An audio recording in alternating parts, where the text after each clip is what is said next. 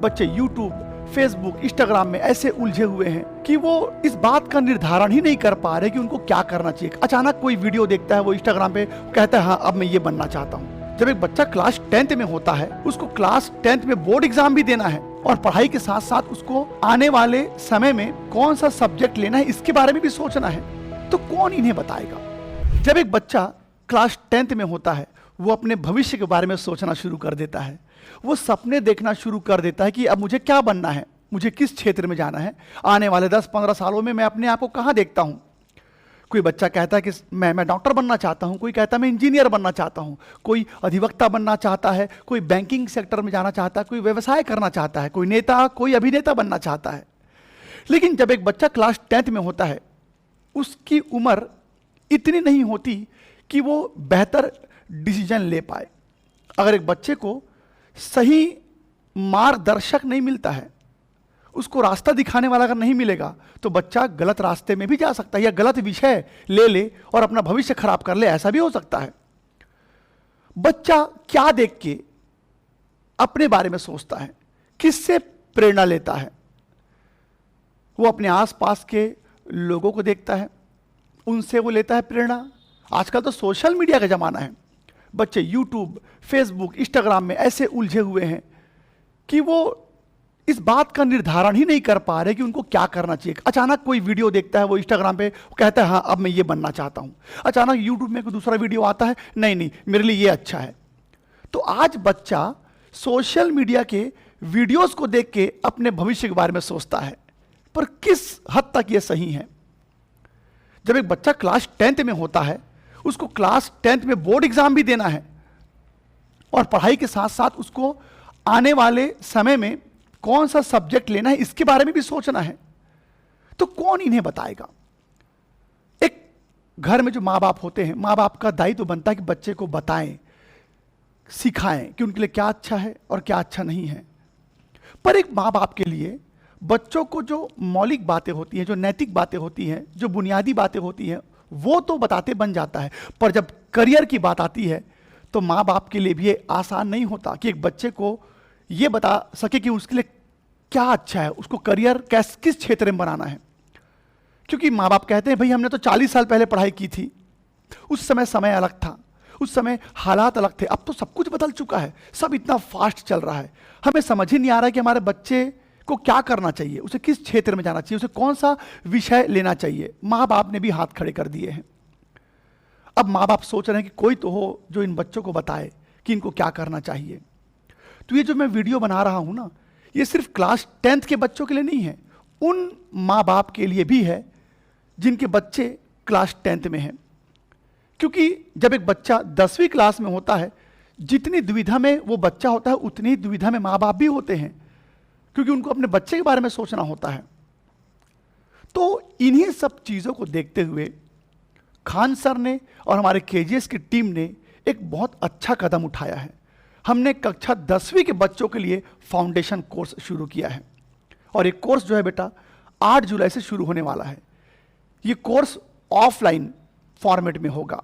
पटना में और प्रयागराज में केजीएस का 10th के जो बच्चे हैं उनके लिए ऑफलाइन कोचिंग सेंटर शुरू हो रहा है। पर इसकी आवश्यकता क्या थी?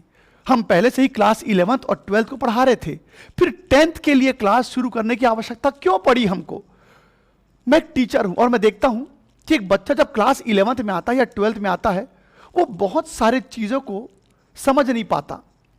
हम अच्छे से अच्छे तरीके से पढ़ाने की कोशिश कर रहे हैं, उसके बावजूद बच्चा कई जगहों पर अटक जा रहा है, फंस जा रहा है। जानते हैं क्यों?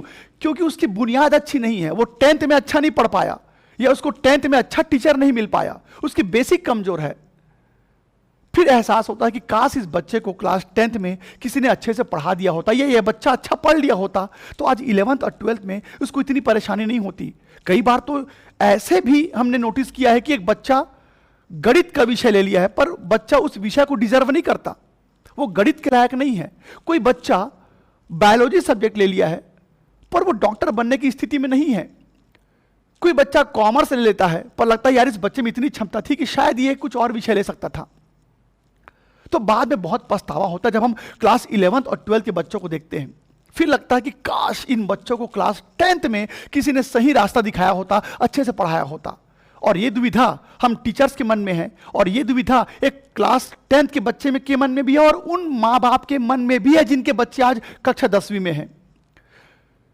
तो ये वीडियो मैं सिर्फ 10वीं के बच्चों के लिए नहीं बना रहा हूं, सभी पेरेंट्स के लिए जिनके बच्चे आज क्लास 10th में हैं उनके लिए भी बना रहा हूं।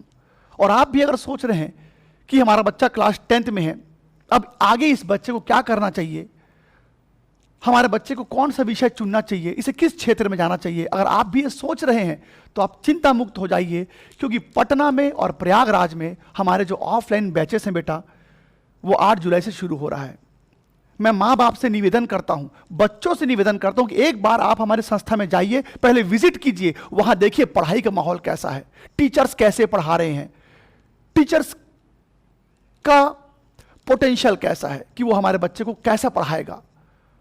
आप एक बार जरूर हमारे संस्था में एडमिशन करवाइए, ये नहीं कहता, पहले आप जाके देखिए, अब आपको समझ में आएगा कि क्या हमें क्लास 10th में हमारे बच्चे को ऑफलाइन बैच ज्वाइन करवाना चाहिए कि नहीं ज्वाइन करवाना चाहिए। मैं आपसे वादा करता हूं, एक बार अगर आपने हमारे संस्था में विजिट किया, आपकी जो दुविधा है ना वो खत्म हो जाएगी।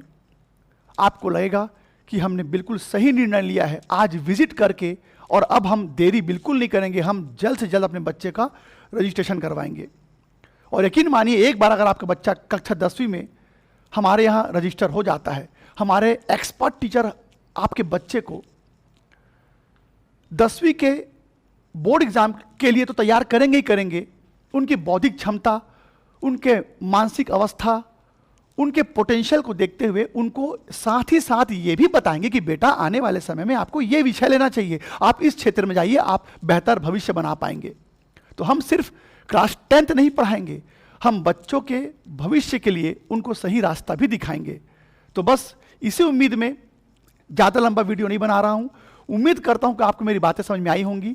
जल्द से जल्द आप अपने बच्चे को रजिस्टर करवाइए, क्लास 10th में भेजिए, उनकी बुनियाद अच्छा बनाइए ताकि आपके बच्चे का अच्छा भविष्य बन सके। तो मैं सभी अभिभावकों से निवेदन करता हूं, उन सभी बच्चों को सलाह देना चाहूँगा जो क्लास 10th में हैं, बेटा सीट लिमिटेड हैं और क्लासेस अब बस शुरू ही होने वाली हैं। जल्दी जाइए, एडमिशन कराइए और अपने अच्छे भविष्य का निर्धारण कीजिए।